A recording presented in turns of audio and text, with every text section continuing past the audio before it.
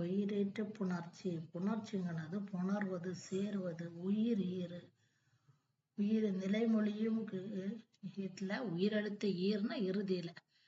ஒரு நிலைமொழியின் ஈட்டில இறுதியில உயிரெழுத்து இருக்க. வறுமொழியோடு புணரும் போது எப்படி புணரும் தான் பார்க்க போறோம். உடன்படுமை. உடன்படுமைன்னா என்ன? உயிரை ஈறாக உடைய சொற்களின் முன்னால நிலைமொழியின் வீட்டுல உயிரெழுத்து இருக்க, வறுமொழியின் முதல்ல உயிரெழுத்து இருக்கும் போது உயிரோடு உயிரெழுத்து சேராது தனித்து நிற்கும். அந்த ரெண்டு உயிரெழுகளையுமே ஒன்று சேர்ப்பதற்காக அங்க ஒரு மெய்யெழுத்து தோன்றும். அதுக்கு பேர் தான் உடன்படுமை. நன்னூல் பாடல்ல ஈ ஈ ஐ வழி எவ்வும் நிலைமொழியின் ஈட்டில் ஈ ஈ ஐ இந்த மூன்று எழுத்துக்களும் வரும்போது யாங்கிற எழுத்து உடன்படுமையாக வரும். ஏனே இந்த மூன்று எழுத்துக்களுமே தவிர உயிர் வழி வவ்வும் பிற உயிரெழுத்துக்கள் வரும்போது வாங்கிற எழுத்து உடன்படுமையாக வரும்.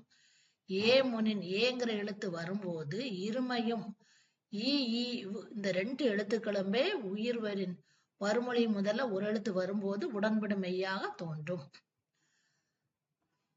நிலைமொழியின் ஈற்றில் ஈ ஐ என்னும் உயிரெழுத்துக்களை ஈறாக உடைய சொற்கள் நிற்கும்.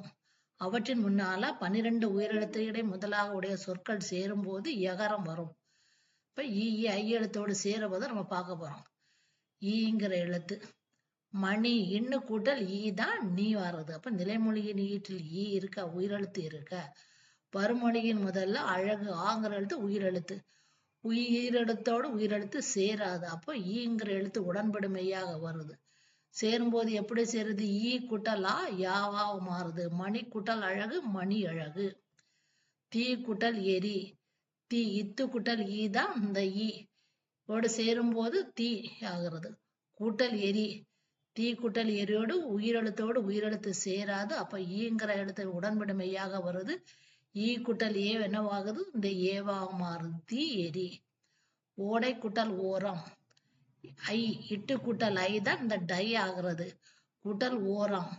அப்போ ஓடை கூட்டல் ஈங்கிற எழுத்து உடன்படுமையாக வருகிறது. ஈ கூட்டல் யோவா மாறுறது. ஓடை கூட்டல் ஓரம் ஓடை யோரம் ஆக மாறுகிறது. இந்த ஐ மூன்று எழுத்துக்களை தவிர பிற எழுத்துக்கள் வரும்போது என்னவாருன்னா வகரங்கிற எழுத்து உடன்படுமையாக வரும். பல கூட்டல் உயிர் லாங்கிற எழுத்து ஆ. இல்லு கூட்டல் லா. ஆங்கிற உயிரெழுத்தோடு சேரும் போது என்னவாகுதுன்னா இவ்வு. வாங்கிற எழுத்து உடன்படுமையாக வருது. இவ்வு கூட்டல் ஊவாகிறது. பல கூட்டல் உயிர் பல உயிர்.